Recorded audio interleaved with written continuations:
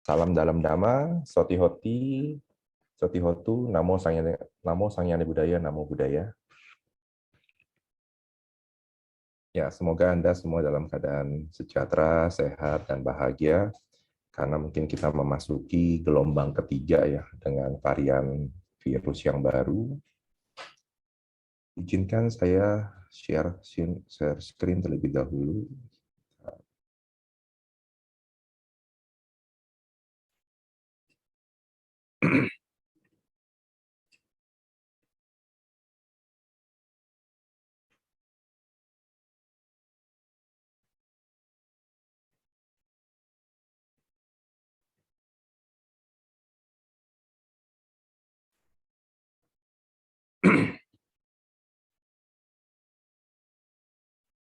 Screen saya sudah terlihat?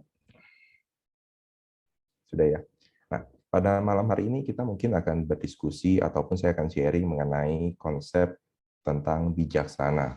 Mungkin kalau sahabat dalam Dhamma melihat di sini saya menuliskannya bijaksana, ini memang sesuai kata-kata yang kita sering dengar atau kita pakai dalam keseharian kita, tetapi mungkin ada istilah baru atau memang ada yang baru ya, bijaksini. Nah, bijaksini di sini saya menulisnya terpisah ya. Jadi bukan bijaksana dan mempunyai kata lawan bijaksini atau persamaan kata bijaksini, tidak. Tetapi ini hanya sebagai satu gimmick bahwa nantinya Anda akan mendengar dari sharing saya pada malam hari ini, jika kita sedang memupuk kebijaksanaan, apa sih yang harusnya atau sesungguhnya yang perlu kita kumpulkan atau yang kita lakukan.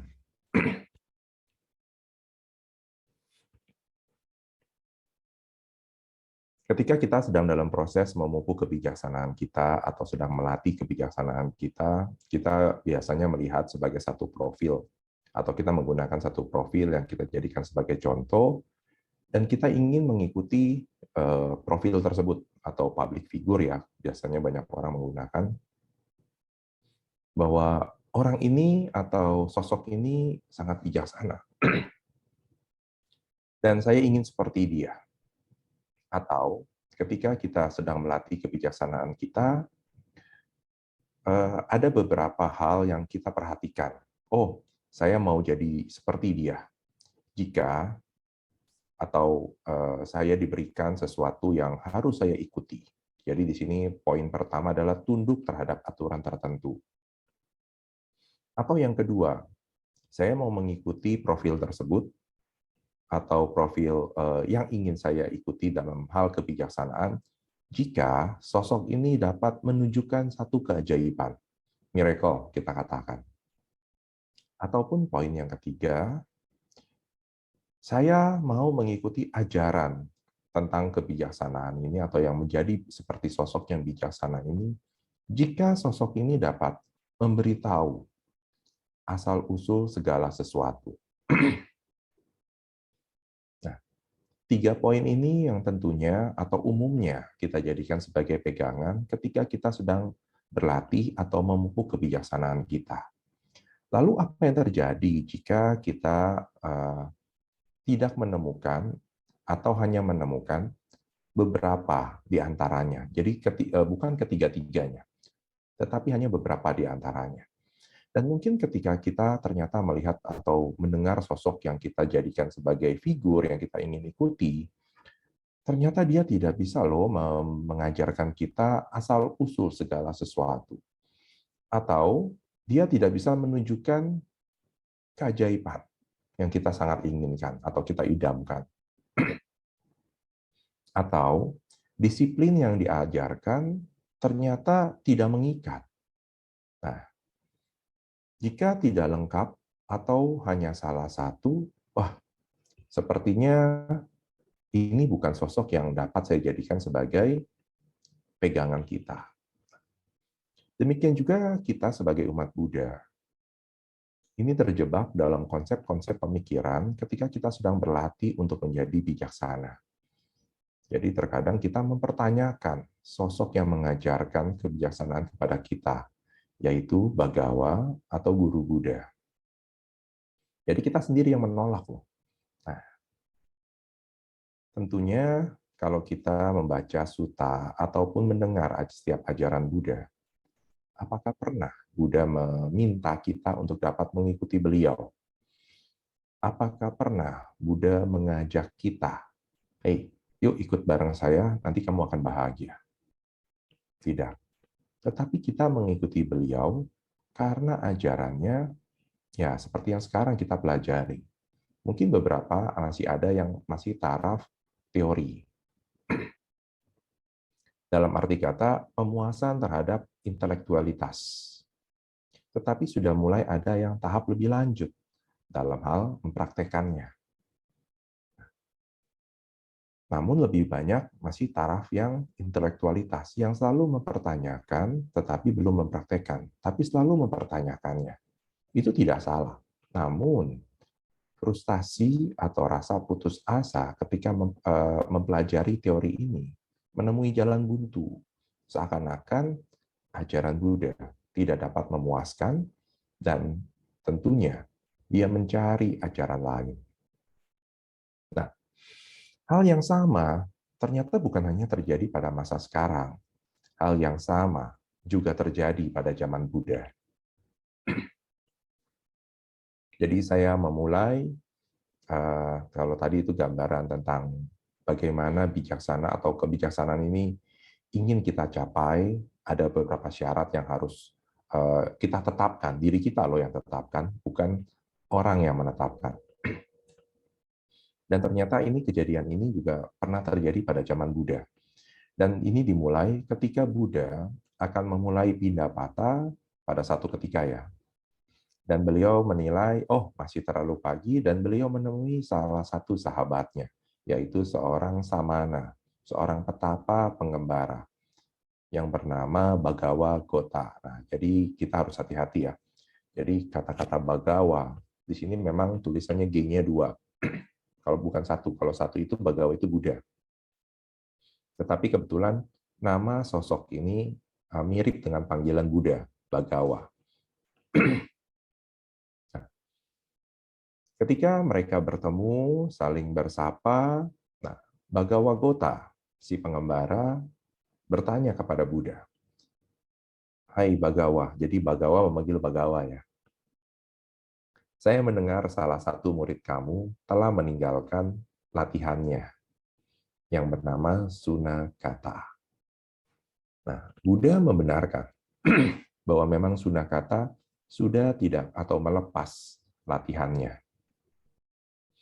Apa yang menyebabkan Sunakata melepas atau tidak mengikuti ajaran Buddha? Ternyata Sunakata untuk berlatih atau mencapai kebijaksanaan, dia melihat profil seperti yang di awal kita bicarakan. Jadi Sunakata tertarik kepada salah satu seorang petapa telanjang. Ini gambarannya seperti ini. Jadi kalau sahabat dalam Dhamma masih berkesempatan ke India, mereka masih ada latihan, mereka yang berlatih sebagai petapa telanjang, ini masih ada di India. Sunakata lebih tertarik kepada salah satu atau salah seseorang petapa telanjang yang dilihat sosoknya berlatih dengan keras, berlatih dengan gigih dalam pertapaannya. Bahkan petapa ini bernama Korakatiya, ini yang pertama. Kenapa ketertarikan Sunakata kepada Korakatiya? Karena dia menilai, Sunakata menilai Korakatiya berlatih dengan keras. Jalan saja dengan menggunakan 4 anggota tubuh, yaitu kaki dan tangan. Jadinya 2 tangan, 2 kaki. Seperti binatang berkaki 4. Dan ketika makan pun tidak menggunakan tangannya, jadi langsung mengambil dengan menggunakan mulut, seperti seekor anjing. Dan Sunakata menilai inilah sosok arahat. Nah, Anda bayangkan ya. Jadi Sunakata itu menilai profil yang bijaksana adalah dari latihannya. Dan dengan hal seperti ini, dia meninggalkan ajaran Buddha. Dan ketika bertemu dengan Buddha, Buddha bertanya, apakah kamu yakin Korakatiya adalah sosok yang tepat untuk kamu dapat ikuti? Nah, Sunakata yaitu berargumen bahwa latihan yang dijalani Korakatiya yang membuat dia yakin ini adalah sosok arahat. Dan ketika Buddha menyampaikan beberapa argumen, justru sebaliknya, Sunakata malah berkata bahwa Buddha iri terhadap pencapaian tingkat arahat dari Korakatiya. Untuk membuktikan pandangan Sunakata ini kurang tepat, Buddha mengatakan bahwa dalam 7 hari Korakatiya akan meninggal. Dan kamu bisa menanyakan di mana dia dilahirkan. Nah, Sunakata ini nggak percaya. Wah, kok Buddha meramalkannya demikian ya? Nah, sebelum 7 hari itu berjalan, Sunakata langsung menemui Korakatiya dan menceritakan apa yang Buddha sampaikan. Korakatiya mengatakan bahwa guru Buddha salah.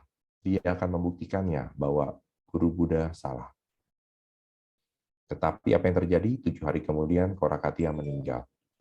Nah, di sini kalau Anda pernah mendengar tentang atau pernah melihat film ya, Train to Busan, pada zaman Buddha ini juga ada.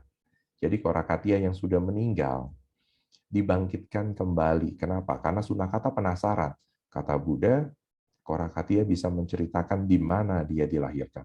Dan dia ingin membuktikannya dengan cara dia mencari jenazah atau mayat dari Korakatiya dan menepuknya sambil bertanya, di mana Korakatiya dilahirkan.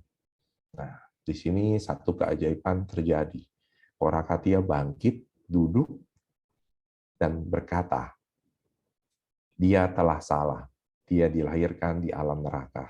Setelah itu, jenazahnya atau raganya terjatuh kembali, seperti dalam kondisi meninggal. Nah, walaupun Sunakata sudah melihat hal ini, dia kembali kepada Buddha menceritakan, dan Buddha bertanya kembali, apakah sudah sadar Sunakata? Ternyata tidak. Sunakata berkata bahwa ini adalah bukan keajaiban, bahwa apa yang Buddha sampaikan mungkin hanya kebetulan belaka. Nah, kemudian berkelanjutan kepada Sunakata. Di sini ada 3 pertapa telanjang. Ini Sunakata pergi kepada pertapa telanjang yang kedua, yang bernama Kalaraka Kata. Kalara Mutaka. Sebelum berangkat ke sana, Buddha mengatakan, engkau jika menemui orang ini, dia pasti tidak akan dapat menjawab pertanyaan kamu, dia akan menjadi marah. Wah, Sunakata nggak percaya. Ternyata benar, ketika Sunakata datang, ingin berguru, bertanya, Kalara Mutaka hanya mengatakan dia menjalani aturan yang sangat ketat. Sebagai seorang petapa telanjang, dia akan menjalani kehidupan, sedang menjalani kehidupan suci, dan dia tidak akan menikah. Dan ketika ditanya, orang ini hanya terdiam. Nah, apa yang didapatkan Sunakata diinformasikan kembali kepada Buddha. Nah, Buddha bertanya kembali kepada Sunakata. Ini sudah sesuai belum seperti yang disampaikan sebelumnya? Nah, Sunakata dengan masih dalam kebodohannya berkata bahwa apa yang Buddha sampaikan tidak menunjukkan apapun. Dia masih mempunyai asumsi bahwa Kalara Mutaka adalah orang suci, orang bijaksana, sengaja tidak mau menjawab pertanyaan dari Sunakata. Dan mengatakan bahwa Sunakata menjalani kehidupan sebagai seorang pertapa suci dengan tidak menikah. Nah, ini yang Buddha sampaikan, engkau salah Sunakata. Dia akan menikah dan akan menjalani kehidupan sebagai perumah tangga yang biasa, bahkan tersingkir dari semua hal yang dia dapatkan sekarang. Karena sebagai seorang pertapa telanjang pada saat itu, Kalara Mutaka sangat dihormati banyak orang. Dia banyak diberikan persembahan. Tetapi ternyata terbukti, Kalara Mutaka melepaskan latihannya, menikah, dan karena menikah, orang tidak menghormatinya. Dia sebagai seorang petapa suci. Ya, akhirnya dia menjadi rumah tangga dalam kehidupan biasa-biasa saja. Ini yang kedua. Dan yang ketiga, Sunakata masih tidak mengakui atau beranggapan bahwa dia telah menjalani ajaran salah bertemu dengan Buddha. Nah, petapa yang ketiga bernama Patikaputa. Hal yang sama dia sampaikan kepada Buddha, dan Buddha mengatakan dia akan menemui Patikaputa jika memang Patikaputa mau bertemu dengannya. Nah, hal ini yang disampaikan Sunakata. Nah, Patikaputa dengan sombong mengatakan dia mau bertemu dengan Buddha, dan dia mau menunjukkan bahwa Buddha adalah seseorang yang tidak mempunyai kemampuan. Bahkan dia berkata bahwa jika Buddha menunjukkan satu keajaiban, Patikaputa akan menunjukkan keajaiban double, 2 kali lebih lipat. Jadi kalau Buddha menunjukkan 1 kali keajaiban, Patika akan menunjukkan 2 kali. Jika Buddha menunjukkan 2 kali, Patikaputa akan menunjukkan 4 kali. Jika Buddha menunjukkan 3 kali, Patikaputa akan 6 kali. Seperti itu. Nah, apa yang disampaikan Patikaputa ternyata didengar oleh banyak orang, dan pada saatnya tiba ketika Buddha datang, mereka orang-orang di kota tersebut, di kota Wesali, karena kejadiannya di kota Wesali, tertarik untuk melihat. Dan ketika Buddha sudah sampai, mereka menemui Patikaputa untuk segera Patikaputa bertemu dengan Buddha. Nah, tentunya kita pun, saya yakin, kalau kita terlahir pada masa tersebut, kita mungkin adalah bagian dari masyarakat yang ingin melihat keajaiban. Keajaiban yang mungkin jarang kita lihat. Dan kita mempunyai asumsi bahwa orang yang kita hargai, orang yang kita hormati, orang yang kita puja, harus mempunyai keajaiban. Di sini mungkin bisa dikatakan sebagai satu keajaiban ataupun satu kejadian kebetulan belaka. Patikaputa tidak bisa bangkit dari tempat duduknya. Nah, orang-orang berpikir bahwa Patikaputa ini mungkin seperti kesemutan ya, karena kaget gitu ya. Waktu dipanggil pertama, Patikaputa bilang, saya akan datang, saya akan datang. Tapi dia tidak bisa bangkit dari kursinya, dari tempat duduknya. Kemudian hal ini disampaikan kepada Buddha. Patikaputa sudah mencoba bangkit, tapi tidak bisa bangkit. Nah, Buddha mengatakan, ya saya akan menunggu. Tetapi jika memang Patikaputa ingin menemui Buddha, sebaiknya pikiran Patikaputa harus dirubah. Jadi, seseorang ketika menyombongkan dirinya, di sana sebetulnya ada selain mana, kesombongan, di sana ada kebencian, ingin menjatuhkan lawan. Ini yang disampaikan Buddha, jika memang Patikaputa ingin menemui Buddha, dia harus menghilangkan pikiran tersebut.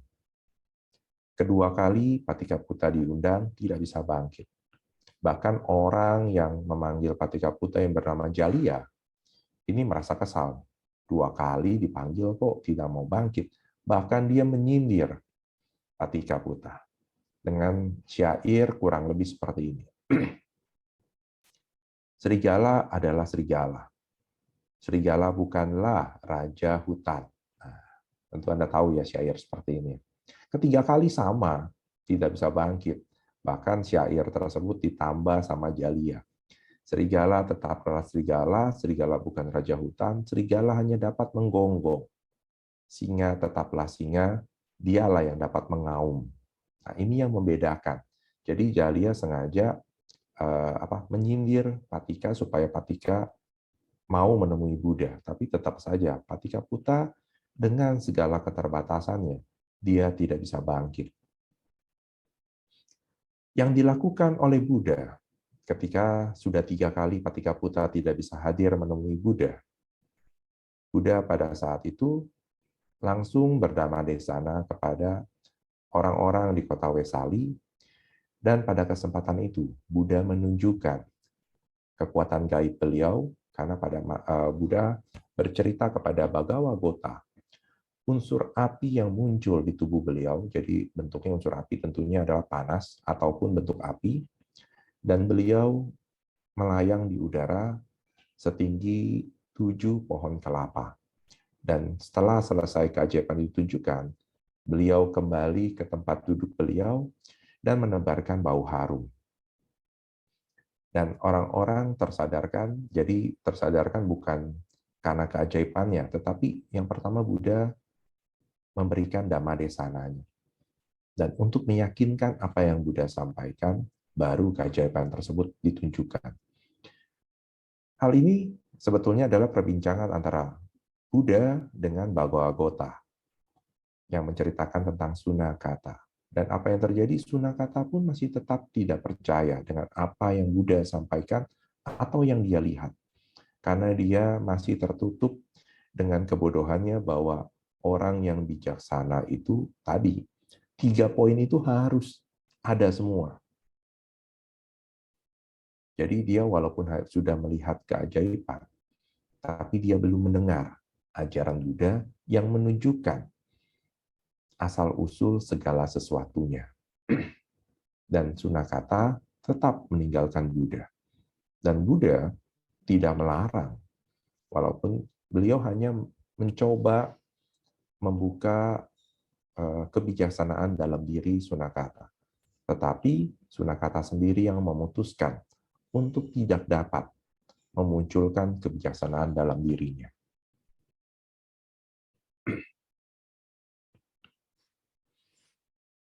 Sehingga di akhir cerita, Buddha mengatakan kepada Bhagawa Gotha bahwa aturan atau kedisiplinan itu sudah ada, tetapi bukan sesuatu yang dipaksakan.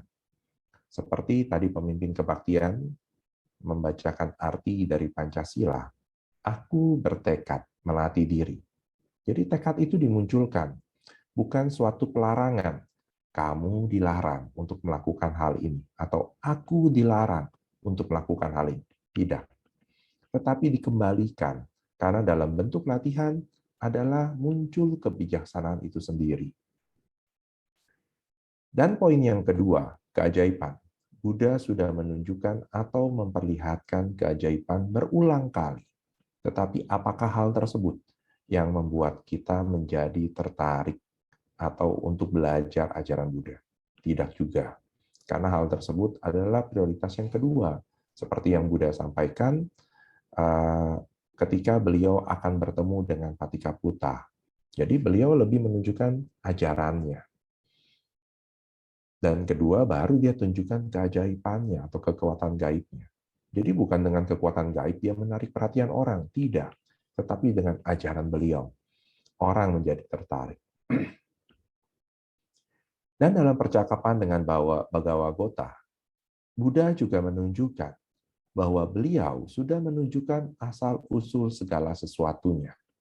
Jadi kalau kita merefer kembali dalam cuplikan atau percakapan antara Buddha dengan Bhagawa Gotha, Buddha Gotama mengutip apa yang beliau sampaikan di dalam Brahma Jala Sutta.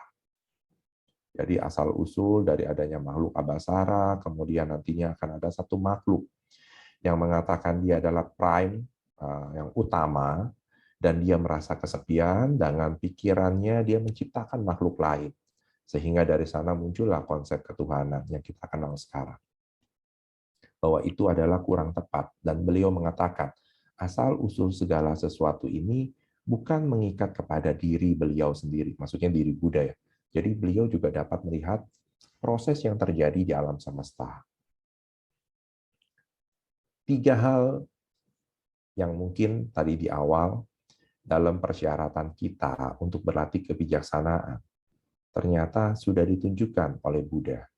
Nah, Bhagawa Gotha mendengar kutipan terakhir ini dari Buddha. Siapa saja yang telah mencapai tingkat kebebasan yang disebut indah, melihat segala sesuatu menjijikkan. Nah, terkadang kebijaksanaan kita itu adalah membandingkan diri kita dengan yang di luar kita. Ini yang membuat saya tertarik untuk membuat kata-kata atau melengkapi kata bijaksana itu dengan bijak sini.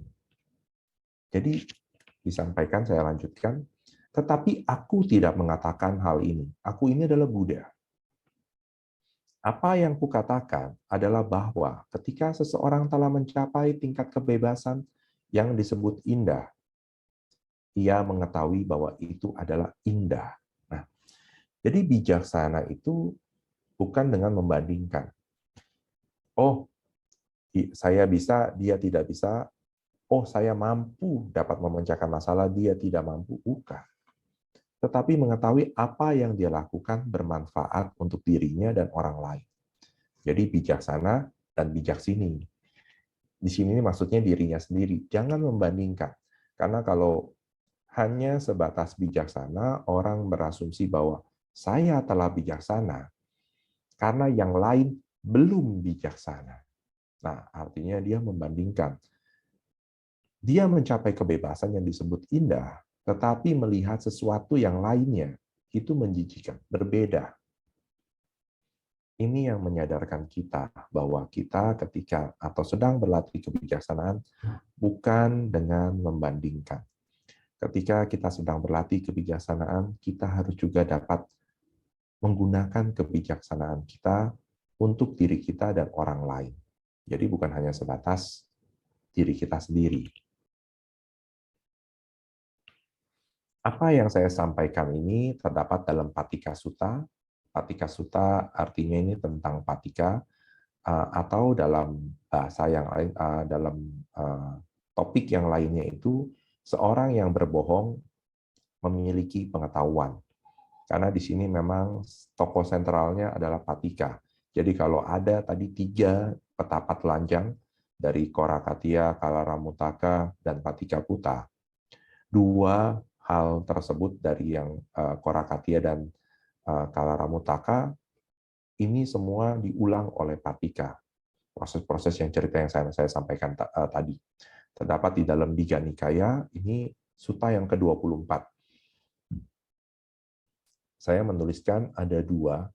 Jadi kalau yang Digha Nikaya volume 3, halaman 1 sampai 35, ini berdasarkan Pali Text Society, tetapi dalam penulisan yang lainnya langsung disebutkan urutan sutanya.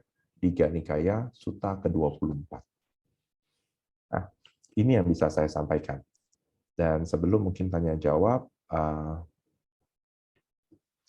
tadi pagi kita mendengar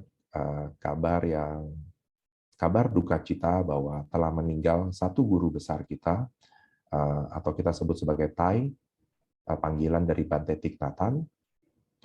Dan semoga nanti pada akhir sharing atau sesi kita pada malam hari ini kita dapat memberikan aspirasi, semua aspirasi kebaikan kita dalam proses transformasi meninggalnya beliau, karena meninggal beliau pada jam 12, tepatnya saya kurang tahu, tapi jam 12 malam hari ini. Kita telah kehilangan satu sosok yang membawa perubahan, yang membawa satu bentuk ajaran Buddha tentang mindfulness, tentang sadar diri, dan ajaran ini bahkan sampai lintas agama, lintas keyakinan, lintas negara, bahkan sampai lintas teknologi. Kenapa? Saya pernah sharing bahwa beliau pernah diundang ke markasnya Google untuk memberikan ajaran tentang kesadaran, mawas diri, untuk karyawan-karyawan Google yang di sana. Dan semoga dengan aspirasi kebajikan beliau, proses transformasi meninggalnya beliau dapat membawa hal kebaikan untuk diri beliau dan diri kita semua. Sadu, sadu, sadu. Saya kembalikan kepada Alexander. Baik, kepada Bapak Vincent, dipersilahkan untuk mengajukan pertanyaan kepada Romo Kresno. Ya, terima kasih atas kesempatannya. Selamat malam, Satya Namo Buddhaya, Romo. Romo izin bertanya, bagaimana kita mengetahui bahwa diri kita sudah cukup bijaksana, dan bagaimana tolak ukurnya kita mengetahui sudah sejauh mana kita istilahnya melakukan kehidupan dengan cara-cara yang bijaksana dan tidak melanggar dengan sesuai ketentuan Dhamma Romo. Itu saja Romo. Terima kasih Saudara Namo Buddhaya. Namo Buddhaya, ini pertanyaan yang sangat menarik ya. Secara tidak langsung disampaikan dalam cerita tadi bahwa seperti terapan sila, moralitas ini yang utama. Nah, ketika kita menerapkan moralitas, kalau tidak salah saya pernah membawakan dulu di WPDS juga tentang Pancasila yang membahagiakan atau mengikat. Nah, ini juga membutuhkan kebijaksanaan. Dalam berlatih kita membutuhkan kebijaksanaan. Jika memang dianggap latihan kita itu mengekang, artinya di sana kebijaksanaan kita belum terlatih. Jadi contoh, kita ingin melatih sila pertama. Kemudian pada saat-saat tertentu, C.I. Capko, C.P. Jisa berlatih vegetarian. Dan ternyata dalam latihan tersebut, kita kok merasa berat ya? Wah, ini sepertinya saya tidak sanggup. Kemudian, latihan tersebut tidak tuntas. Dengan segala excuse. Oh, saya cukup berlatih setengah hari aja, seperti orang puasa berlatih setengah hari. Ini vegetariannya setengah hari aja. Setelah itu ingin makan daging. Dan itu kemudian kalau kita tidak biasana, kalau ditanya tolak ukur tadi, ya kita berlatihnya hanya setengah-setengah saja. Padahal kalau kita dikatakan muncul kebijaksanaan, di sana ada penyesalan. Kok bisa hanya setengah hari ya? Artinya kita munculkan tekad kembali. Seperti setiap minggu, setiap saat ada sesi-sesi kebaktian, Pancasila kita ulang, tekad latihan ini kan diulang. Nah, pengulangan tekad latihan ini kemudian kita wujudkan. Nah, di sanalah kebijaksanaan muncul. Kenapa? Karena kita mau mengulang walau sudah pernah kita gagal. Dan poin yang keduanya, apa yang kita lakukan tidak membuat diri kita merasa tertekan atau tersudutkan, dan pihak lain juga sama. Tidak ada yang dirugikan atau disudutkan. Ini yang mungkin saya dapat katakan gambaran atau jalur dalam proses kebijaksanaan. Sehingga apa yang kita jalani, terutama sila moralitas, ini yang bisa kita lakukan.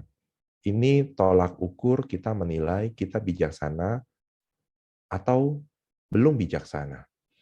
Atau kita mengatakan bijaksana dan bijaksini, seperti yang tadi, bahwa kita bukan membandingkan, kenapa dia bisa, kenapa saya tidak bisa, atau sebaliknya, saya bisa, dia tidak bisa, artinya saya sudah bijaksana, dia belum bijaksana. Tidak seperti itu.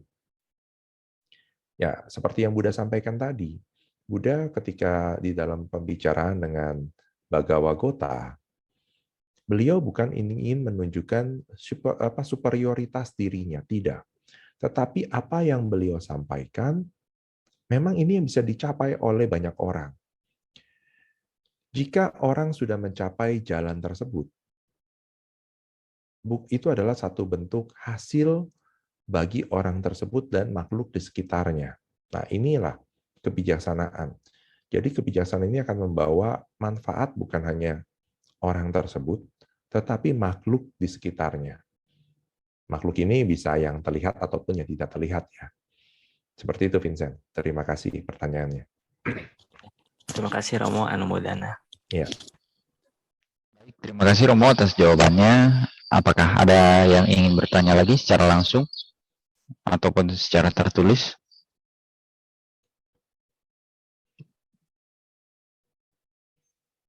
Asal jangan ada yang bertanya, Romo sudah merasa bijaksana?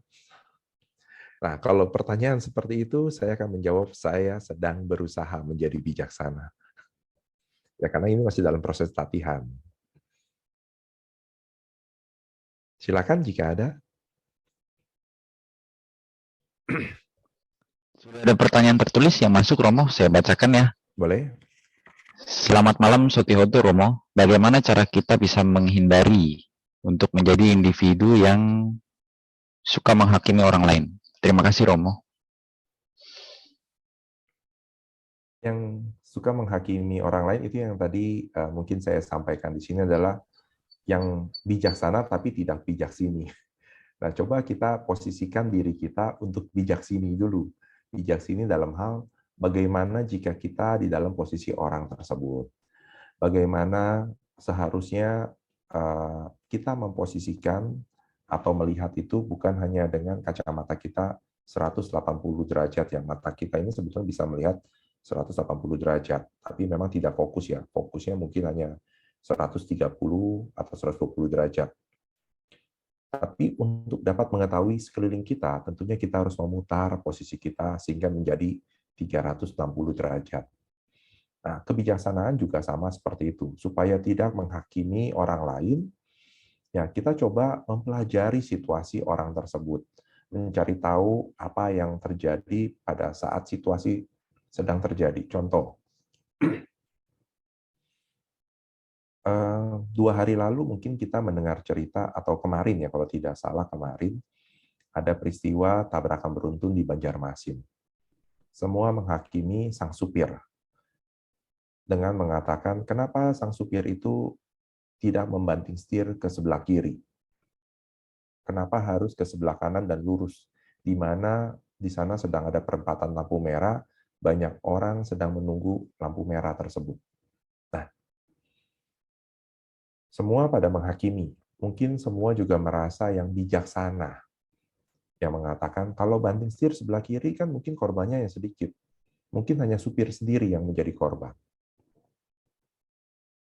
Coba kalau kita posisikan, kita adalah menjadi si supir tersebut. Supir tersebut mungkin dalam kondisi kurang tidur, kurang fokus. Dan ini baru posisi supir ya. Kendaraan yang digunakan dalam kondisi yang kurang baik. Karena banyak informasi, ada yang mengatakan remnya blong, ataupun jaraknya terlalu dekat untuk melakukan ganti gigi atau apapun segala macamnya. Nah, hal-hal ini yang kita belum ketahui. Tetapi dari masyarakat yang muncul adalah supir ini harus diberikan hukum yang seberat-beratnya, tanpa melihat proses yang harus dijalani terlebih dahulu. Nah, hal yang sama, itu contohnya ya, kepada diri kita juga. Jadi kalau kita dihadapkan dengan kondisi tersebut, ya kita harus mencari tahu dulu. Jangan langsung muncul penilaian dari kita. Ini yang baru kita lihat berdasarkan mata. Dan ternyata kejadian-kejadian seperti ini berulang. Bukan hanya melihat atau mendengar berita yang sesungguhnya. Kita atau Anda, mungkin Anda ya, kalau saya mungkin sudah tidak menonton ya, sinetron. Karena TV saya sudah tidak mendukung untuk nonton sinetron. Tidak dapat sinyal. Nah, sinetron ini kan yang mengaduk-ngaduk emosi. Emosi jiwa ya. Yang ada tokoh, antagonis, protagonis. Nah, dari tokoh-tokoh tersebut seakan-akan muncul emosi kita. Wah, jadi gemas kan. Nah, sebetulnya di sana kita sedang berlatih kebijaksanaan. Melihat segala sesuatu dengan apa adanya. Tetapi kan sinetron itu mengajak emosi kita. Diaduk-aduk, ditukar-tukar. Nah, sebaiknya sih saran saya kurangi. Sama juga dengan drakor ya. Drakor juga itu mengaduk-aduk emosi. Jadi kalau kita menonton drakor, biasanya penilaian kita dalam kehidupan ini segala sesuatunya indah. Kalau yang happy ending ya. Tapi kalau yang bukan happy ending, segala sesuatu ini sifatnya pesimis. Nah, ini yang terkadang membuat pikiran kita menjadi diarahkan oleh skenario dari film yang kita tonton. Nah, balik kepada pertanyaan tadi, untuk tidak dapat menghakimi orang lain atau satu peristiwa, coba kita latihan untuk mencari tahu sebanyak-banyaknya. Mencari tahu apa yang sebetulnya terjadi. Mencoba memposisikan diri kita jika kita dalam kejadian tersebut. Nah, ini juga sama seperti ketika tadi ada kedukaan, banyak di antara kita selalu yang utama mengucapkan turut berduka cita. Seperti itu kan ya. Tetapi apakah Anda benar sedang berduka juga? Tidak. Anda hanya sedang mengucapkan sesuatu yang diulang dan sudah ada di program. Kalau ada kejadian ini, saya harus mengucapkan ini. Tetapi apakah perasaan Anda juga sedang berduka? Tidak. Nah, hal ini juga kita dalam berlatih kebijaksanaan, ini juga kita latih. Apa yang harus kita ungkapkan dalam kejadian-kejadian tersebut? Kalau ada yang sedang bersuka cita, apa yang akan kita ungkapkan? Nah, coba, ini adalah bentuk latihan kita. Dimulai seperti itu. Tapi pertanyaan itu baik sekali ya. Terima kasih atas pertanyaannya. Saya kembalikan kepada Alexander. Baik, terima kasih Romo atas jawabannya. Apakah ada lagi yang ingin bertanya secara langsung ataupun secara tertulis?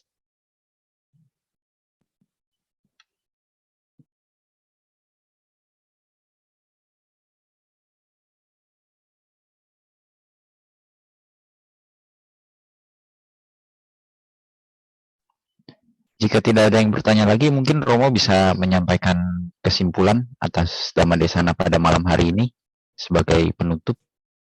Ya.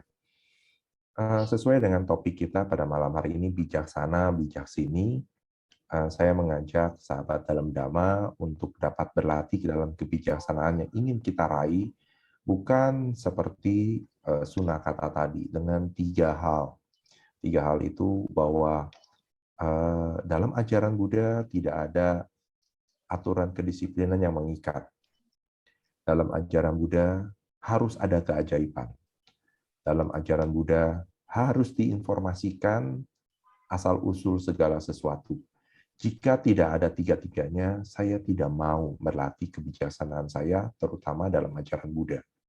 Ternyata apa yang diingini oleh atau diinginkan oleh Sunakata, itu semua ada dalam ajaran Buddha. Namun, di sini yang saya sampaikan, kita harus memunculkan kebijaksanaan kita bukan dengan membandingkan. Oleh karena itu, saya mengajak sahabat dalam Dhamma untuk bijaksini, melihat kepada diri kita sendiri, bahwa aturan kedisiplinan sudah diberikan oleh Buddha, namun disesuaikan dengan kebijakan kita pada saat kita berlatih. Keajaiban sudah ditunjukkan oleh Buddha. Anda mungkin bingung ya, wah, Romo yakin keajaiban sudah ditunjukkan oleh Buddha? Sudah. Buddha menunjukkan keajaiban kita terlahir sebagai manusia. Ini keajaibannya. Dan ada keajaiban lain adalah proses tubuh kita yang bisa memompa darah dan tubuh kita pada saat kita mengembuskan nafas dan menarik nafas. Ini keajaiban diri kita yang terjadi terus-menerus, tapi kita tidak mau menyadarinya. Dan Buddha sudah menunjukkan asal-usul segala sesuatunya. Kita tarik yang paling kecil. Kalau pada saat seperti tadi, saya mengajak sahabat dalam Dhamma untuk melihat secara proporsional peristiwa yang terjadi, artinya kita sedang berlatih melihat asal-usul segala sesuatu. Segala sesuatu ini adalah proses kejadian yang sedang berlangsung. Bukan kita tarik jauh, asal-usul segala sesuatu.